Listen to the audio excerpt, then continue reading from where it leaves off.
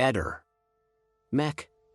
Pallister. Adesso andiamo in via Verrocchio numero 2 a Trieste e soffermiamoci, prestiamo un attimo attenzione al citofono della famiglia Visintin-Resinovic. È il 22 dicembre, quindi tutto è appena successo e il corpo deve essere ancora ritrovato. Guardiamo bene sul citofono, c'è una stranissima incisione nei pressi appunto del cognome Resinovic.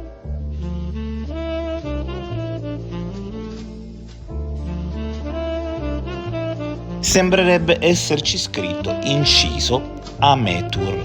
Ognuno adesso può andare a cercare un significato riconducibile alla vicenda e io intanto ne inizio a riportare due. Possiamo anche ipotizzare che la prima lettera sia un iniziale e quindi poi che la parola Metur stia a sé e in questo caso significherebbe scusa.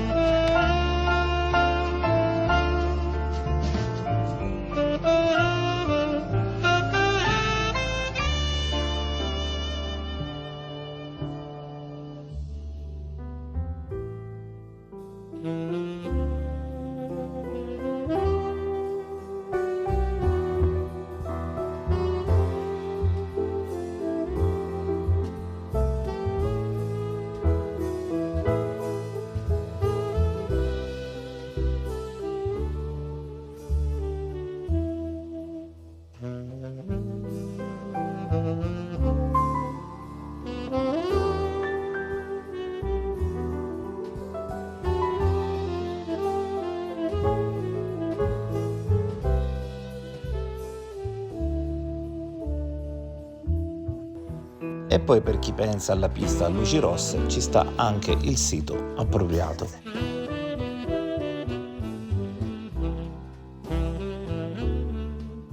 Ehi, non dimenticare di iscriverti a questo canale.